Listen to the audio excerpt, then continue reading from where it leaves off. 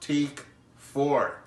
My name is Bart Campbell and I'm coming to you from Toronto, Canada. Joining you today from my home office because Toronto is officially on lockdown. So no going out and doing anything for any reason because we're trying to stay safe with COVID.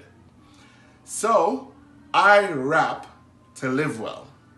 I rap to feel well. And I rap to function well. That's my rap story, at least a part of it. And the story of many others who have taken rap and applied rap principles to their lives. I want to give a shout out to Mary Ellen Copeland and friends for creating this program more than 20 years ago.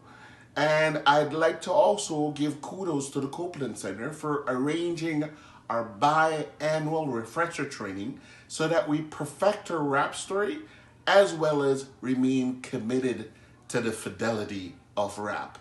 These videos are designed to tease your interest, to pique your interest, so that you can register for a full rap session in an area or a community close to where you are. So it's just teasers, tips.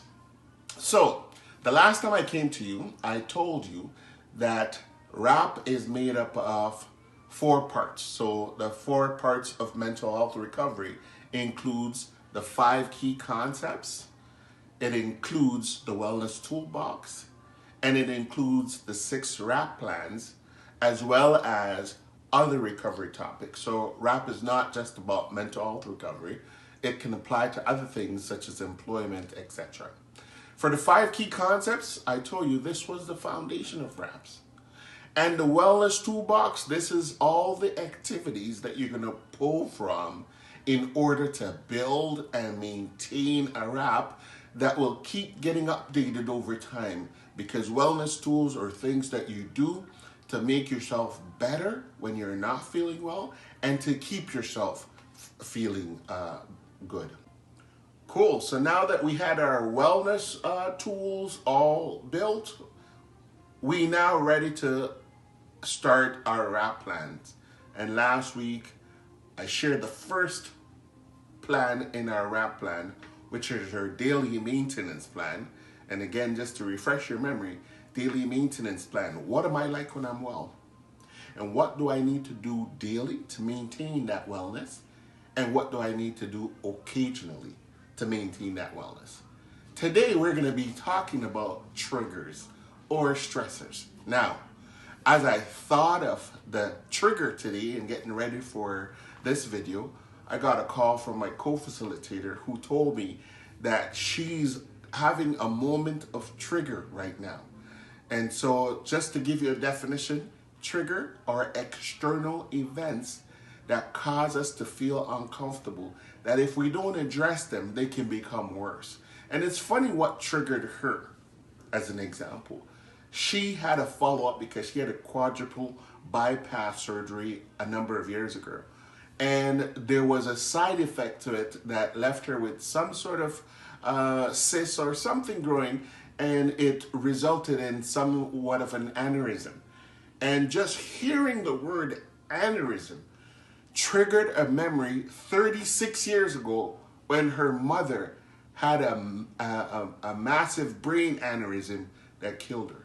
So that was a perfect example, while I'm getting ready to do the video, of something that's triggered. So for us, trigger could be an anniversary date. It could be remembering when we've lost a job. It could be the death of a loved one.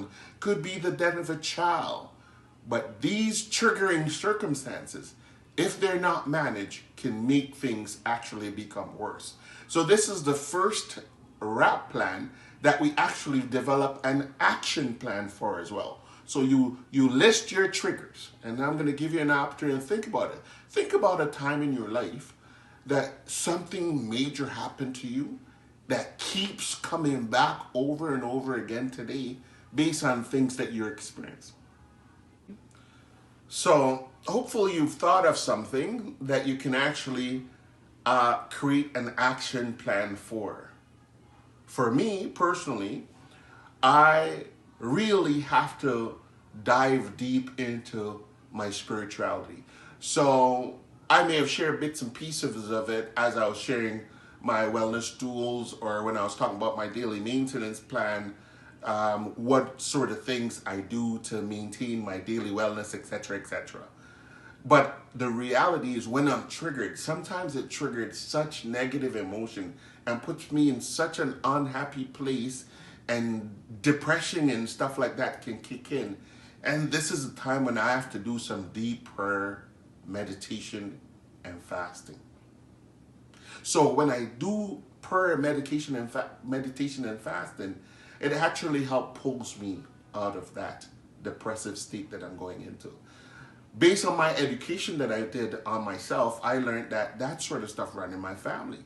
So I thank God every day that as a teenager, I was led to a church that gave me a foundation, sort of like a parent, to deal with some of the triggers and stressors that I had to deal with. However, the side effects of having these triggers all the time, negative emotions pelt up inside of me, not going away because of genetic disposition, has resulted in me now taking a rap, and the rap giving me an opportunity to build some action plans surrounding these triggers. And I can happily say that it's been like 7 years since I've kind of recovered and been using a rap. And on a daily basis, because of how I manage my triggers, they happen, they still trigger, but it never allowed me to go into a depressive state. So it's important that we understand what our triggers are and create some action plans for our triggers. And take the time, if we get to register for a rap workshop, to go low deep, because we just kind of scratched the surface today on triggers. And I'm sure you can benefit from more deep conversation.